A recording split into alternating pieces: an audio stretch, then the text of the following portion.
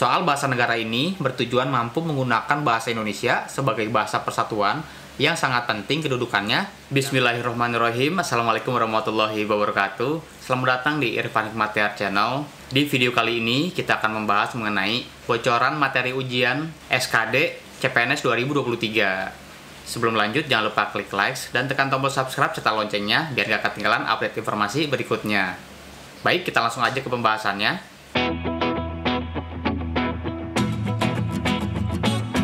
Berdasarkan info terakhir, CPNS 2023 akan diadakan lebih cepat daripada tahun 2022 lalu. Dan kemungkinan besar pengadaan CPNS ini akan dibarengi atau tidak jauh berbeda juga dengan pengadaan P3K tahun 2023. Tidak seperti tahun lalu yang mepet di akhir tahun. Dan terkait CPNS 2023, tidak banyak orang yang tahu bahwa terdapat informasi mengenai bocoran atau kisi-kisi yang secara resmi diberikan oleh Menpan RB terkait soal-soal apa saja yang akan diujikan di tes SKD CPNS 2023. Terkait hal tersebut, terdapat aturan mengenai rekrutmen ASN yang sampai saat ini belum ada versi terbarunya, sehingga bisa kita gunakan menjadi dasar apa saja kisi-kisi yang akan tampil pada saat tes SKD nanti. Dan apabila nanti ada update aturan terbaru mengenai pengadaan CPNS, sehingga jenis soalnya berubah, nanti akan saya buatkan juga videonya. Baik, kita langsung saja ke aturannya. Terdapat dua aturan yang akan digunakan. Yang pertama adalah Permenpan RB nomor 27 tahun 2021 tentang pengadaan PNS. Dan peraturan yang kedua merupakan Permenpan RB nomor 52 tahun 2021 tentang perubahan atas Permenpan RB nomor 27 tahun 2021 tentang pengadaan PNS.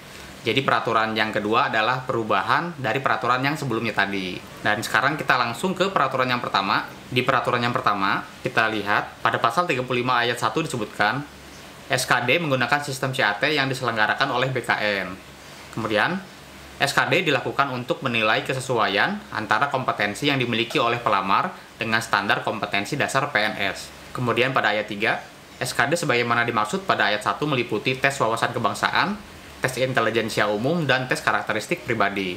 Pada pasal 36 disebutkan, tes wawasan kebangsaan, sebagaimana dimaksud, bertujuan untuk menilai penguasaan pengetahuan dan kemampuan mengimplementasikan A.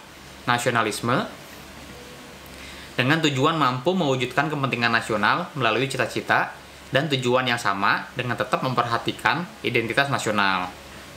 Kemudian B. Integritas, dengan tujuan mampu menjunjung tinggi kejujuran, ketangguhan, komitmen, dan konsistensi sebagai satu kesatuan sikap untuk mencapai tujuan nasional.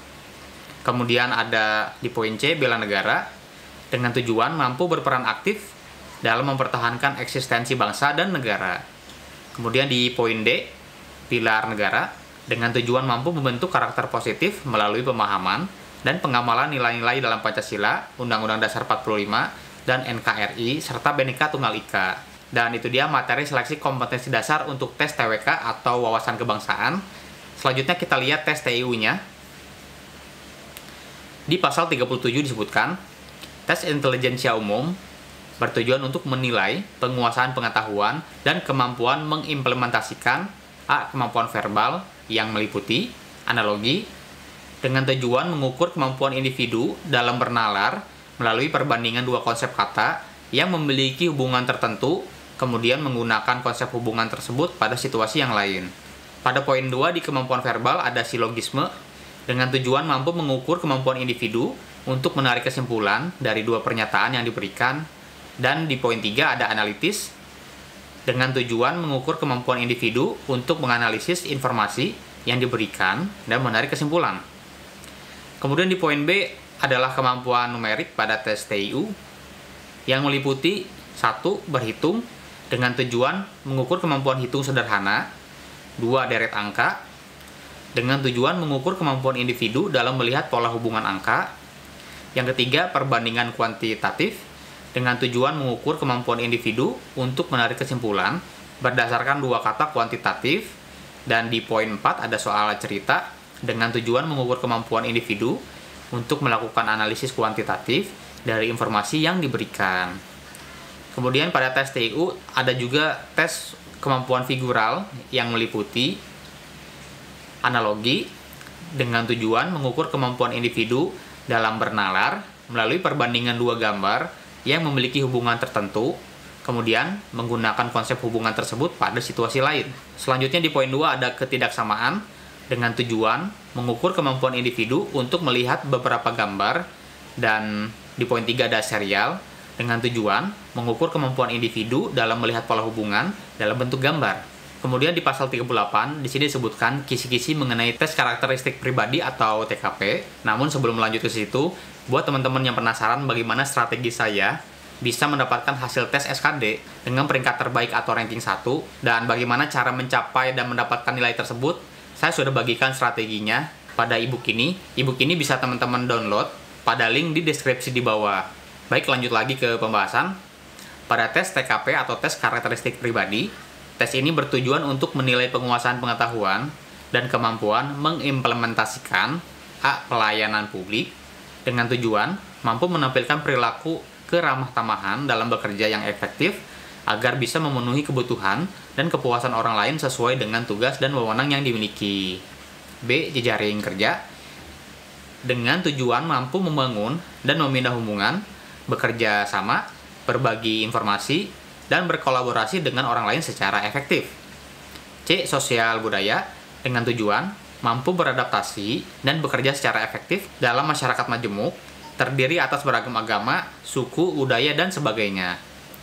Di poin D ada teknologi informasi dan komunikasi dengan tujuan mampu memanfaatkan teknologi informasi secara efektif untuk meningkatkan kinerja. Kemudian di poin E ada profesionalisme dengan tujuan mampu melaksanakan tugas dan fungsi sesuai dengan tuntutan jabatan. Dan di poin F ada anti radikalisme dengan tujuan menjaring informasi dari individu tentang pengetahuan terhadap anti radikalisme, kecenderungan bersikap, dan bertindak saat menanggapi stimulus dengan beberapa alternatif situasi. Nah, itu dia kisi-kisi berdasarkan Permenpan RB nomor 27 tahun 2021 tentang pengadaan PNS.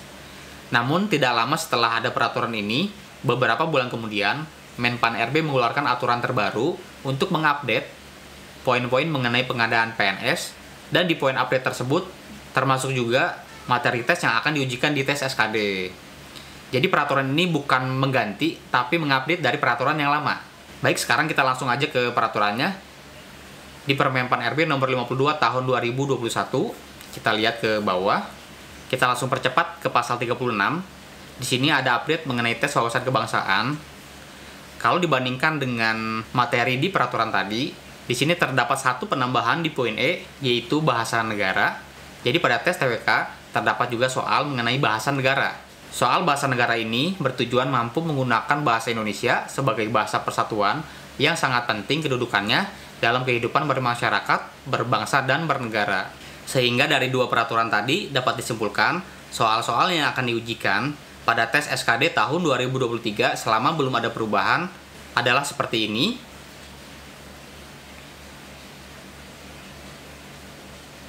Materi tersebut berlaku selama belum ada perubahan mengenai dua peraturan tadi. Dan kalau ada perubahan pun, kemungkinan besar tidak akan jauh berbeda atau tidak akan banyak perubahannya. Dan apabila betul-betul ada perubahan, nanti akan saya update lagi di channel ini mengenai perubahannya. So, buat yang suka video ini, jangan lupa klik like dan tekan tombol subscribe serta loncengnya biar nggak ketinggalan update informasi mengenai CPNS maupun P3K di tahun 2023 ini. Sampai ketemu di video selanjutnya. Wassalamualaikum warahmatullahi wabarakatuh.